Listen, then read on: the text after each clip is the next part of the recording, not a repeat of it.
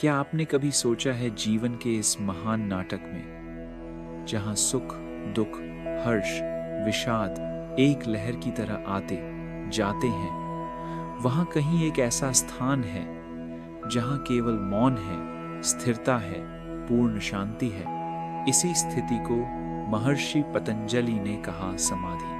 आज हम उनके योग सूत्रों के माध्यम से यह जानेंगे कि कैसे यह जीवन की अंतिम और सर्वोच्च अवस्था समाधि प्राप्त की जा सकती है। भाग 1, समाधि क्या है? पतंजलि कहते हैं योगश्चित्त वृत्ति निरोध, अर्थात योग वही है जहां मन की सारी वृत्तियां यानी चंचलताएं, विचारों की तरंगें पूर्ण रूप से रुक जाती हैं। जब मन अपनी मूल अवस्था में स्थिर हो जाता है, तब साधक समाधि को छूता है। यह कोई विचार नहीं, यह अनुभव है, यह शब्द नहीं, यह मौन है। भाग 2, समाधि की सीढ़ियां। महर्षि पतंजलि ने समाधि तक पहुंचने के लिए 8 अंग बताए, जिन्हें अष्टांग योग कहा गया। 1, यम, अहिंसा, सत्य, अस्तेय, ब्रह्मचर्य, अपरिग्रह। 2, नियम, शौच, संतोष, तप, स्वाध्याय, ईश्वर, प्रणिधान। 3, आसन, स्थिर और सुखद स्थिति। 4, प्राणायाम, श्वास का नियंत्रण। 5, प्रत्याहार, इंद्रियों को भीतर मोड़ना। 6, धारणा, एकाग्रता। 7, ध्यान, ध्यान की निरंतरता। 8, समाधि, पूर्ण विलय। हर सीढ़ी एक अवस्था है, और जब ध्यान स्थिर हो जाता है, तब समाधि अपने आप प्रकट होती है।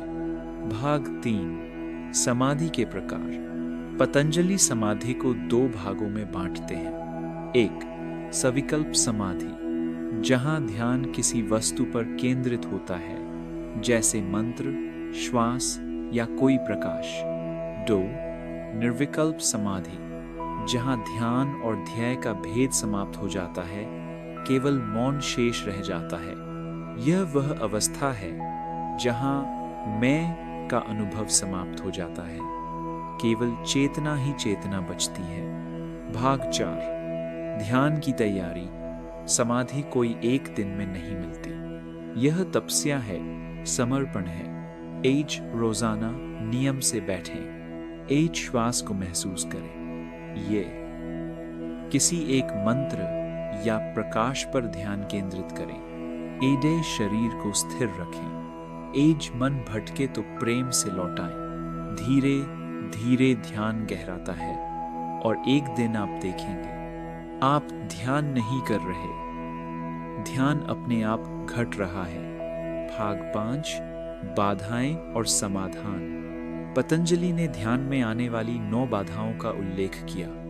रोग, आलस्य, संशय, प्रमाद, अविरति, भ्रम, मोह, अस्थिरता, अनियंत्रित श्वास। लेकिन साथ ही उपाय भी दिए। ए, विश्वास। ईज, उत्साह। ए, स्मृति। एच, निरंतर अभ्यास। एज और सबसे बड़ा ईश्वर पर समर्पण। ईश्वर प्रणिधानाद्वा, ईश्वर में पूर्ण समर्पण से भी समाधि संभव है। समाधि का अनुभव। जब साधक समाधि को स्पर्श करता है, तब समय रुक जाता है, शरीर का भान मिट जाता है, विचार रुक जाते हैं, केवल मैं हूं की गहराई शेष रह जाती है। यह वही अवस्था है जिसे बुद्ध ने निर्वाण कहा, कबीर ने सहज समाधि और गीता ने स्थित प्रज्ञा। यह शांति का अंतिम बिंदु है। तो साधक, यदि तुम समाधि की ओर अग्रसर होना चाहते हो, तो बस प्रयास करो, प्रेम रखो और ध्यान दो।